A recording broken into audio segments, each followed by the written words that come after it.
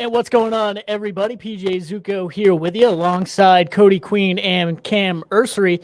This is Second Down. Don't change the channel. This is Second Down, presented by the Uniform Source. Certainly appreciate that. PJ Zuko today in for Christian Gokel, and Christian Gokel off for a very exciting reason. Himself and Biscuits and Gravy. Kevin Thomas headed up to cover the Benedictine Cadets in their baseball state championship tournament, going up against Marist later today. So go Cadets. Yeah, there you go. So certainly looking forward to their coverage there. Be sure to keep track of it here with us if you're in ESPN Radio Savannah's coverage area. 5 o'clock, they're taking over for 3 and Out. And, of course, the second game of the day will be brought to you live on the ESPN Coastal live stream on Twitter, Facebook, anything, any way you're able to tune in.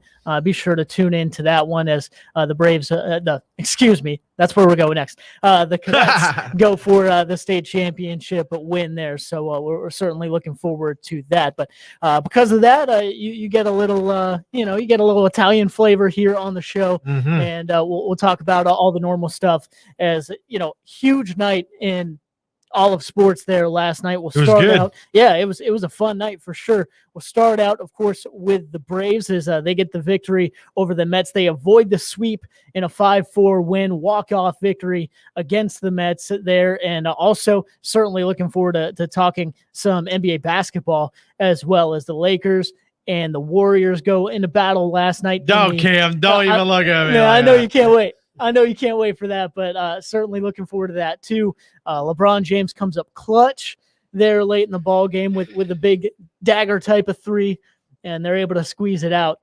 So that the Lakers able to get the win there. Warriors still have a chance to make the playoffs with their final play-in game coming up tomorrow night. But we'll dive into all that, and of course, it wouldn't be the off season without some Julio Jones trade talks and trade rumors and things like that with the Falcons. So going to get your NFL fix in here as well here on Second Down. But yeah, guys, let's start out with the Braves. They get the victory last night, 5-4 over the Mets. And, they avoid the sweep, thank goodness. But as I was talking to Cody here before the show came on, it seems like even in the wins this year with the Braves, it's just every game is kind of hectic, kind of crazy, a little painful.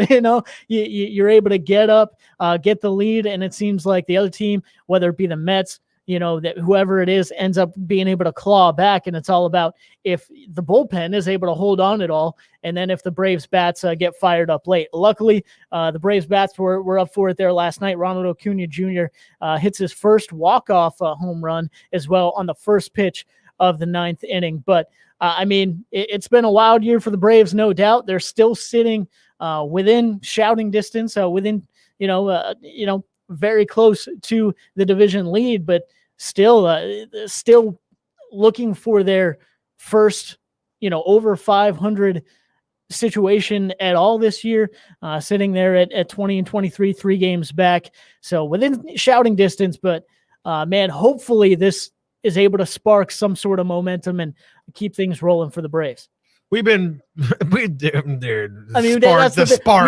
saying that's the problem all though, year, right? yeah. You've been to every win like this. You're like, all right, hopefully this is going to spark something.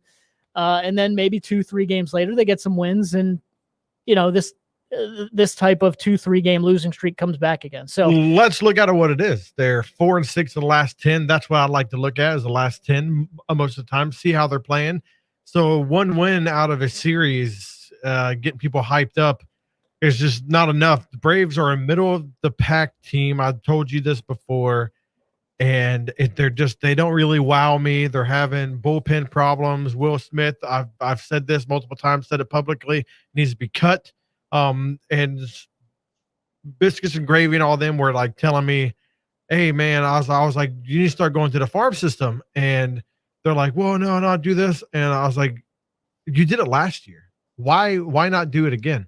And I know it might be a little too early, but you need to start thinking about that whenever your bullpen's like that. You can't depend on Acuna every time. How many wins have they got just because of Acuna because the rest of the team weren't doing it? You know what I mean? You can't depend on him all year long. You're going to almost run him into the ground like they did to Adrian Peterson or something like that. You know what I mean? Like just depend on him the whole time.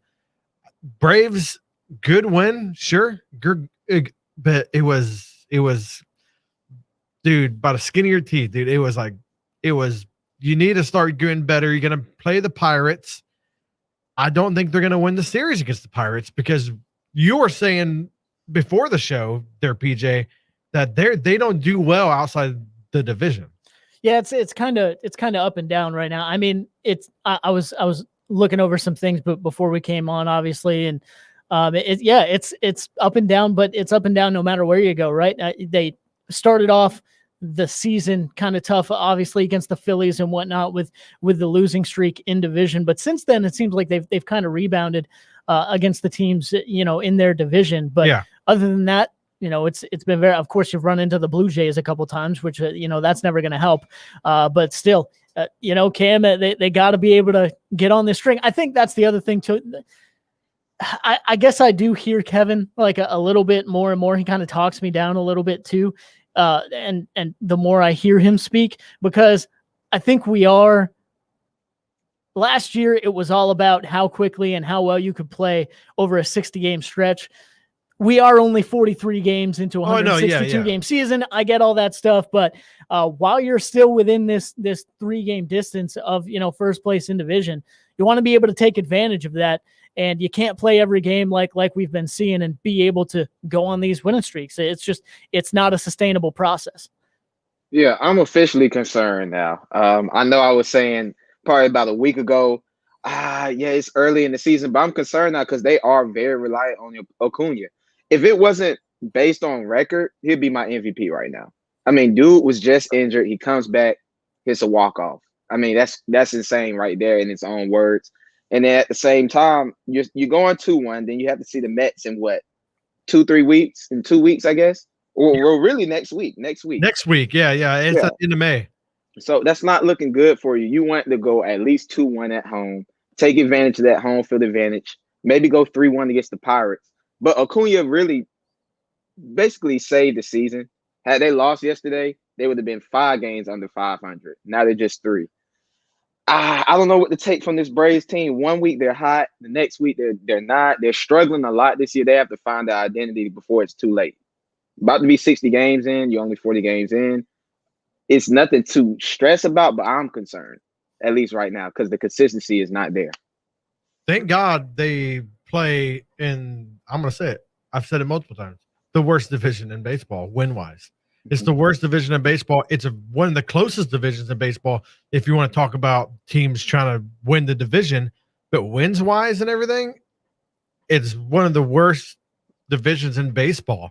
Not when it comes to hitting. Hitting, they're doing well. But it's not just a hitting league anymore, man. Pitching is it's taken over these days.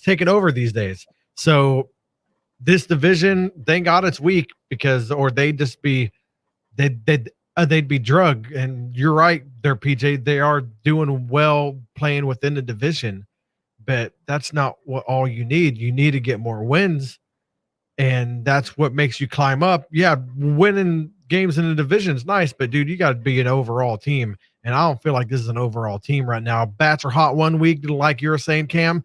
Next week, bats are cold and the pitching's good, but you don't have enough batting. So you don't win the games enough. You know what I mean? Like, you're right. It's an up and down kind of season. And I pray for Braves fans. I have became very fond of the Braves. I watch every single game now. I love Acuna. I love Freddie Freeman. That's my boy, Freddie Freeman. There you go. So I root for him every time. And it's a roller coaster kind of emotion going on for like hardcore Braves fans, like freaking Cam, like Kevin, like freaking Christian. Like, it came to the point where they don't expect too much. You know what I mean? For like Atlanta fans right now, for completely all sports in Atlanta. And Braves are the only hope right now they have to be the best team in Atlanta. The Hawks, people are even like thinking about the Hawks. I know we'll get the Hawks talk later, but they're like, if they lose in the first round, you know what I mean? Whatever, it's the Hawks. Like, dude, this is what I'm saying. Like, their whole hope is in one basket, and it's the Braves. And right now, the Braves, I know it's early in the season, but I talk about the Braves, what they're doing now. I'm not going to say they're not going to make the playoffs right now, but what they're doing right now, it's not showing me that they're a good team right now. was just, again, it's not sustainable. And something I hear from Christian a lot, and I completely agree with, is you need to figure out that identity, and you need to figure out, you need to progress at these things that you're struggling with before the other opponents do, because thank goodness you're still only 3 games back, Yes. right? Thank goodness that the rest of the division is kind of still sitting in this situation where the first place team is the Mets. They're 20-17. You look back at the Nationals, they're 17-22, only 4 games back. And listen, you still got 119 games left. Completely understand that, but you don't want to have a 2-week stretch where you're still going through the same problems. Another team or two figures it out, and then you look down. Well, never mind. We're 8 games back now. Yep. We're 10 games back now, and what exactly are we going to do? So it's consistency, right? Like last night, the Braves actually hit the ball pretty well. Yeah, 10 hits last night, a batting average of 402. Found something as well earlier. There's been one other game that a team has hit over 400 over the course of this season. That was the Astros. They hit 403 and they scored 10 runs. Oh, my boy's got the stat sheet over here. He's ready to host listen, today, if man. I got a feeling for Christian, I'm gonna bring out the stats and whatnot, but I'm gonna find it. But at the same time, like the Braves hit 402 there last night, still struggled to score, still needed that walk-off home run by Ronald Acuna. And of course, we haven't talked about it a lot, right? But again, had a lead and the bullpen gives it up. Now, thank goodness they were able to hold on there last night with Chris Martin. And I know he hasn't been great, but Will Smith was able to just barely hold on there in the 8th. But at the end of the day, some concerning moments, some concerning consistency from the Braves. We'll have to see if they're able to keep these bats rolling, driving more scores as the weekend goes on, and hopefully that bullpen can get better and better as the season goes on. Once again, looking forward to a 4-game homestand with the Pirates this weekend. Now Pittsburgh 17-25 and coming off of 3 straight losses, so they're looking for some sort of momentum to hold on to. But hopefully the Braves can keep them down and go in and win a solid series against the Pirates this weekend. Get that momentum that we've been talking about and dreaming about as Braves fans here over the past few weeks, really since the start of the season. But we'll come back. Looking forward to some great NBA talk. Cam, I know you can't wait for that. And I think a lot of people, I cover NASCAR, high school football, things like that, love football and all that good stuff. I love me some NBA basketball and can't wait to talk about what we saw last night and what we're going to see here this weekend with the start of the NBA playoffs and these play-in games. We'll come back and talk about that here on Second Down, presented by the Uniform Source on ESPN Radio.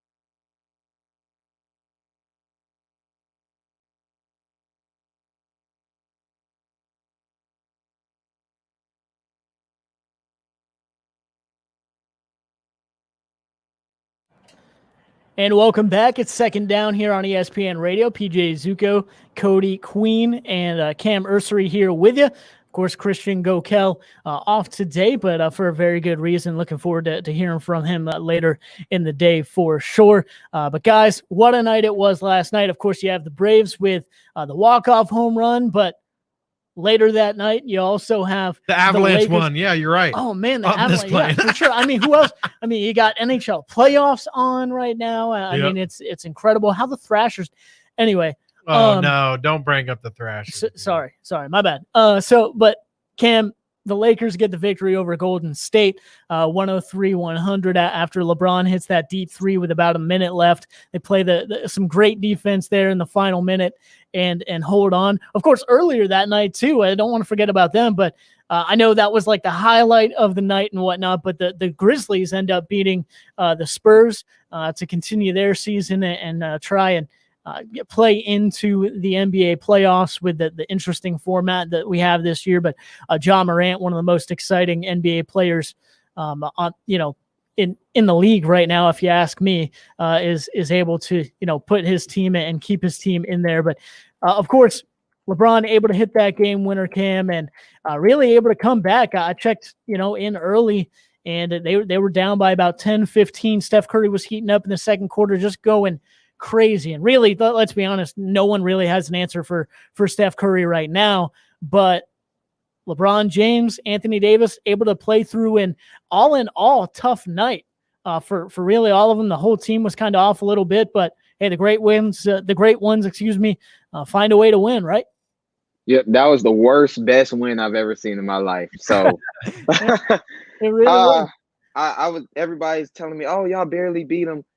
You're never going to see LeBron and Anthony Davis shoot 3 of 27 from the field ever again. You just never see it happen. The Lakers was super cold all night, super cold. And the Warriors were hot. They shot 45% from the three. I think 45% from the field, 41 from the three. And you still beat them. And some people don't want to admit it. Golden State's the hottest team in the NBA. They had the longest win streak. They have the hottest player. I think Steph is averaging 38. And yes, Steph got his last night, but the Lakers got stops. That's what championship teams do. I love the win. They had the grind and grit for it. And just like tomorrow when Golden State and Grizzlies play, they just played this past Sunday. Close game. Dylan Brooks fouled out. That changed the dynamic of the game. That game is going to be a lot closer than people expect. Grizzlies could win that game. If you watch the game Sunday, it was 97-97. Dylan Brooks goes out after playing great defense on Steph, and then that's when Golden State makes their run. It's going to be a close game tomorrow. I don't know who I'm picking yet. I'll probably decide that tonight. But, yeah, I'm glad we got the W. That's what I say. As a Lakers fan, I'm going to hate hard. I'm going to hate hard, dude. Suns. No, I need to stop picking against LeBron. I did pick the Warriors just to go against you. Yeah, this proved me wrong. I'm going LeBron. I'm going AD. I can't just not go against them. Like it's like going against Tom Brady. We're going back to the finals. The Lakers are going back to the finals, man. Well, I mean, it's difficult because, like, I'd love to say that, especially if they're healthy, right? But last night kind of put a little doubt in my mind because, yes, they had a very tough night shooting. Both combined, LeBron and Anthony Davis, 17 for 41. But, I mean, again, like the greats find a way to get theirs. LeBron has a tough night and ends up getting a triple-double. All right. Anthony Davis has a tough night shooting, still scores 25 with a double-double, but they're not my concerns though with the Lakers at the same time. You have Schroeder go in last night, 3 for 14. Andre Drummond, your big get right during the season, scores 4 points, 6 rebounds, and really kind of clogged up the lane offensively, if you ask me as well. So my struggles with the Lakers moving forward isn't necessarily LeBron and Anthony Davis and their health. It's the guys surrounding them, and it's who they're facing. Now, like, I don't want to bet against LeBron James either, but you have, oh my gosh, you have Devin Booker, with the Suns. I was forgetting his name for a second. My bad. You have Devin Booker with the Suns, who doesn't score in the same way as Steph Curry with all the threes and just shooting the lights out, but he can score like Steph Curry over a 7-game series. Chris Paul, one of the best distributors in the league, and the two other guys that worry me as well are Crowder on the defensive side and DeAndre Ayton, who offensively has picked it up over the past few years and is a pretty good defensive force to kind of make life hard on Andre Drummond and Anthony Davis. So, am I saying that they're going to go out in the first round? No, I'm not going to bet against LeBron James, but man, there are things to be worried about there for sure. I don't think I'm worried. Before LeBron came back, we played Denver, Portland, and the Suns in the past week or two. We went 2-1, beat Denver by 4 with Anthony Davis, big night against Jokic. Beat the Suns by 13 without LeBron, and then lost to Portland, I think, by 4 points. So I'm confident. LeBron playing just all three of them because those are the 3 next opponents. That's how I'm looking at it. Western Conference Finals. I think the Clippers are the only team in the West that could beat the Lakers and give the Lakers issues because of wing defenders. You still have to have that dominant wing, that dominant small forward that could go get a bucket when needed. And I don't think neither one of those 3 teams have it. But yes, it's a cause to be concerned because, like you said, the guys around them. Schroeder was, let's just say he was terrible last night. It was kind of selfish. That's why they pulled him and put Caruso in. Yeah. And I like the fact that Vogel went deeper into the bench, brought in Wes Matthews and other guys that know how to play, and they picked up the slack. But I am concerned about what's being put around them. But I think LeBron and Anthony Davis, those two together, could get through the first and second round, and then we'll worry about what happens next. Yeah, we'll have to see how that goes for sure. I think it'll be a fun series to watch no matter what. Even if, let's say, the Lakers go in there and sweep the Suns, which I don't think is going to happen. I think every game will be entertaining. So can't just because of how their teams match up. So at the end of the day, we'll see how that one goes between the Suns and the Lakers, excuse me. But of course, the loser there last night was the Warriors, but they still move on into the playoff games and play-in games, excuse me. And Cam, I'm not going to make you pick them by any means, but we got the play-in games coming up over the next 2 nights. Say what you want about the play-in games. To me, they've added a certain level of excitement, and we've seen, especially in the East, we've seen the bottom of those standings be some of the teams that have 500 even losing records. And why not give more of them a chance? If the 7 and 8 seeds aren't going to be head and shoulders better than the rest of the seeds, why not give 9, 10 a chance to play their way in? And all in all, it's for entertainment purposes, right? Which I think each game has been entertaining in its own right. But tonight you got the Pacers and Washington, and then tomorrow night, of course, you have Memphis and Golden State. Your first, I guess, initial thoughts of those couple games. Like I said, don't want to make you pick them, but your initial thoughts of these 2 games, these 2 playing games. Washington Pacers, I'm just concerned about Bill's health. He wasn't healthy last game. You could see him limping, grabbing his hamstring. And then the Pacers, they're just a good team. They killed the Hornets by like 30-plus points. I didn't expect that. Without Karis LeVert, they basically just had Sabonis and just said, just walk out there and win. That's a dangerous team. And then Grizzlies and Warriors, I'm indecisive with this matchup. This is going to be a really good matchup because I think Memphis has something to prove about what happened Sunday. It's hard to beat a team so many times in the regular season. This is still kind of the regular season to me, not necessarily the playoffs, because normally you have 82 games. This would be the 70-something game of their season this year. I'm excited about that game. I think Steph Curry is going to get 40, but what is his supporting cast going to do? That's my question. So, yeah, that's my take. Yeah, no, I hear you. All in all, I think tonight I'd like to see Washington win. If I'm being honest, just as a pure fan, because I want to see Bradley Beal and Russell Westbrook, hopefully a healthy Bradley Beal, right? Like you said, but I want to see them go against the Sixers in that 1-8 matchup and see how much trouble they can give them. Because man, that would be so much fun to me. Maybe possibly even because those guys it's all about consistency with them, just like the Braves, and health, right?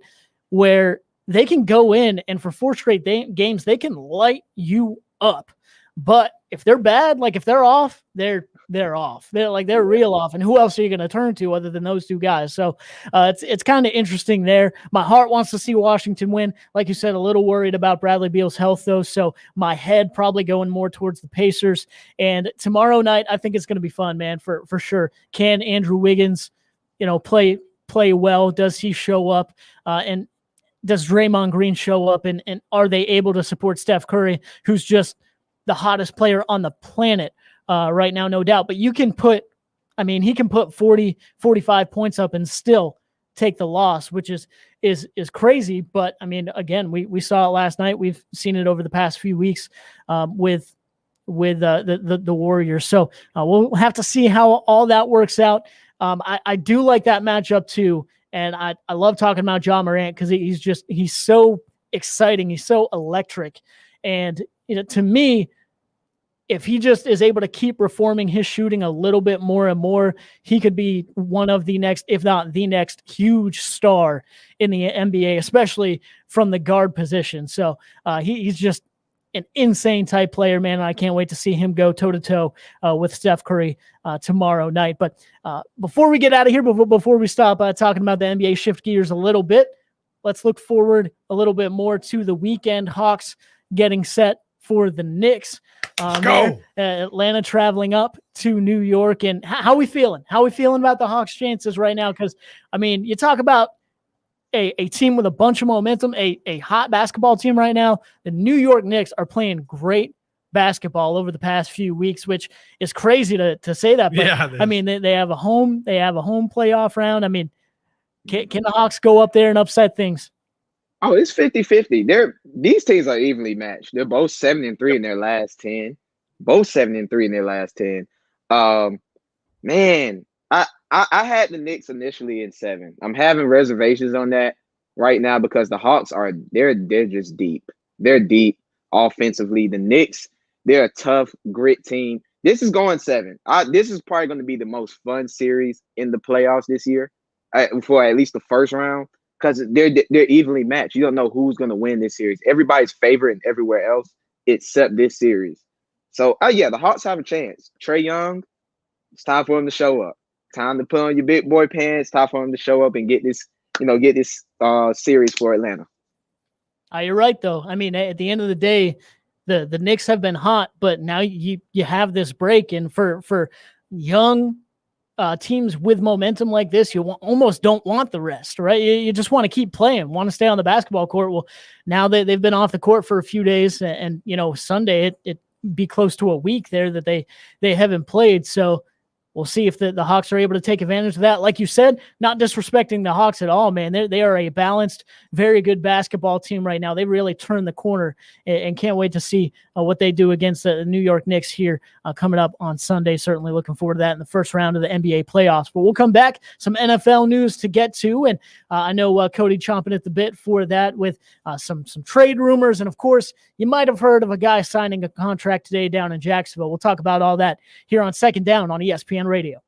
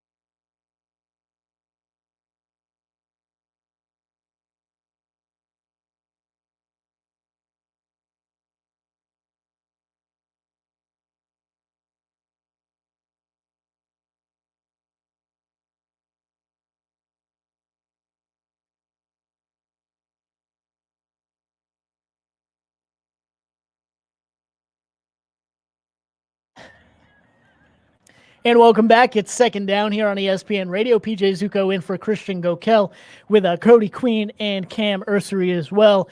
And I don't know if you can hear it. I just the worst timing in the world. Went to get a drink of water. It went down the wrong tube. So yeah. Within one show, I had to mute the mics earlier because I choked on my own saliva.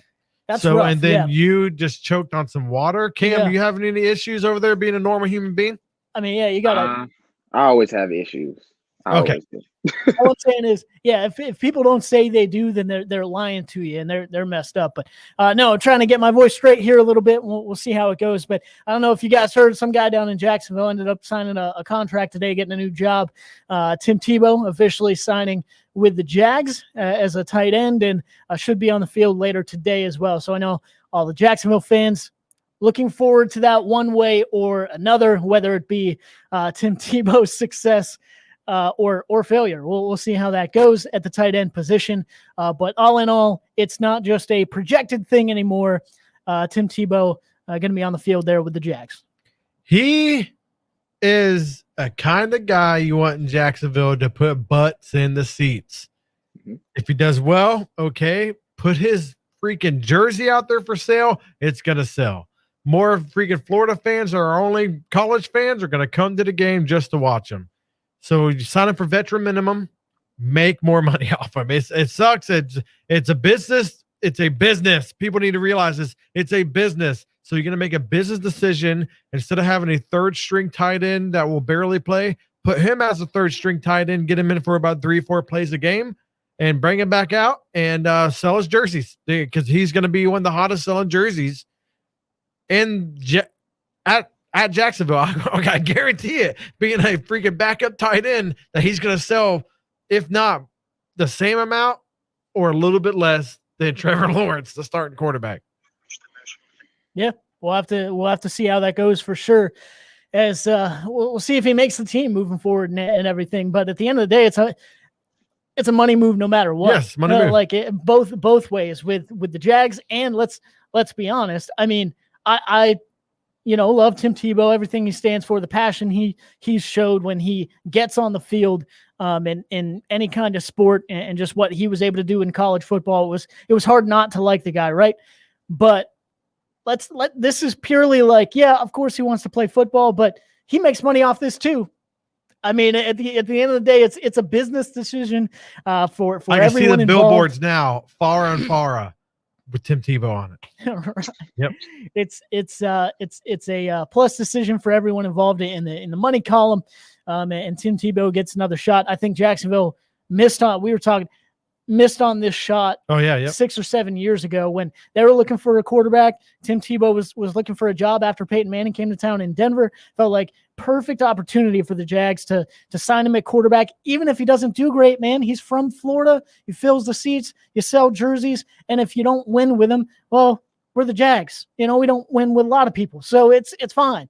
So I feel like they missed out on that 6-7 years ago.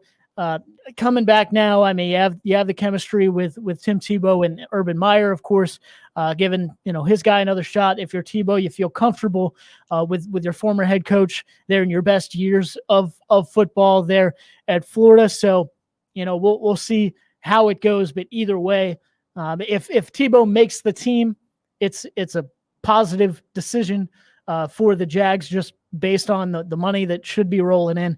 And I mean, Tim Tebow, at the end of the day, it's already a positive decision for him because his name's in the news and he's making money off of it. So we'll see how this all works out with Tebow there at the tight end position. But end of the day, that's done with. Now also moving up north there, we have Atlanta still going on with these Julio Jones trade rumors, trade discussions, and just they kind of keep on circulating, and some teams in discussions with the Falcons. The Falcons supposedly was reading up on it a little bit, were offered one or two pretty big deals that they ended up turning down. So not sure if the Falcons are completely sold on trading Julio, but at the end of the day, it's still out there floating around in the ether, and wouldn't be surprised if it ended up going through at some point here in the future. Who do you think at the end of the day, we've had certain teams kind of linked to the Falcons and linked to Julio Jones. Who do you think in the end of the day are the 2 or 3 best shots to come through and actually make that deal for Julio? Cam, you're a huge Atlanta fan. What do you think? What's the haul? What's the teams? What you got on top of your head, big guy? Man, I have to get a first round pick at least. I seen something where I think you may have commented Kansas City like a second round, third. That's not enough. This is Julio Jones we're talking about. I have to get a first round pick, maybe 2 seconds, and maybe a future first. This is Julio Jones, man. Mm-hmm. And I just looked at it on Bleacher Report. Derrick Henry had said something like, "Bring Julio on." You know, the Titans. Arthur Smith was the OOC for the Titans just a year ago.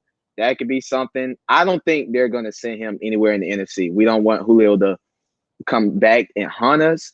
But what I'm confused at is why draft Kyle Pitts not to pair him up with Julio Jones and Ridley. That's what I'm confused about. I just hope these trade talks are just trade talks. But I'm upset. I love Julio. Don't want him to go. Love the guy. That's my favorite Falcon of all time. So, yeah, I think Tennessee would be the place he would go to, though. Tennessee doesn't have enough money, dude. Doesn't have enough money at all. They're $3 million on the cap right now. It's the whole situation they're trying to get rid of. They need to get rid of Julio Jones. I don't care. I sound very unpopular saying this. They need to get rid of him. They don't have enough money to even really sign many of their rookies. $400,000 in salary cap. I don't even know what it is after signing Kyle Pitts, but it's not good. It's looking grim. They have Calvin Ridley and they have Kyle Pitts now, and Russell Gage is a very good receiver. Dude, it's time. And then you get him now while the market's hot. 2 second rounders I'm fine with. First rounder I am fine with. But 2 second round picks is probably what's going to be the going rate because his contract is so high. Now, I have a team that has the money and they got the picks. The Colts. The Colts need some receivers. Colts got the money. $30 million over the cap right now. $30 million. They can take it. So you're trying to get rid of him because of the cap. That's the whole situation. Not because you don't want him, not because you think he's coming to the end. It's because of the cap, dude. We're sorry. Right? Dead cap and everything this year, he's going to cost them $40 million. $40 million, man. I mean, they're going to have to eat some of that, but dude, like you can't afford to have it sucks because that's kind of the way this team is being built. It's kind of away from that. And are you even going to get that for him? Because just like it was a while back for the running backs, they're a dime a dozen. Dude, you can draft one in the first or second round, third round, and have a starting wide receiver doing great. Look at these wide receivers coming out. I was telling you there, PJ, my son is a quarterback. A starting quarterback wants to stop being a quarterback and play wide receiver along with 90% of the other kids on the team because wide receiver just won a Heisman. Wide receivers are getting drafted in the droves in the first round. You can find a good receiver these days. And so do you want to pay one? Not anymore. You don't want to pay one anymore. You don't want to pay one anymore because after you pay one these days, Odell Beckham stuff happens. It just, they overuse them because there's a plethora of them. And then you don't get your money out of it. And I'm not saying Julio's like that, but dude, that's a lot of money. Like, I don't think there's many teams. Truthfully, I don't think they're going to be able to get rid of him because no one wants to pay that much. It sucks. You're going to have to eat it. No one's going to want a guy for that much money, even if it is Julio Jones. No one wants to pay a wide receiver that much money when you're getting guys like Justin Jefferson, Jerry Jeudy, Devontae Smith, Jalen Waddle, even the guy Terrence Marshall from freaking LSU who went in this second or third round or something like that. You're getting studs out there.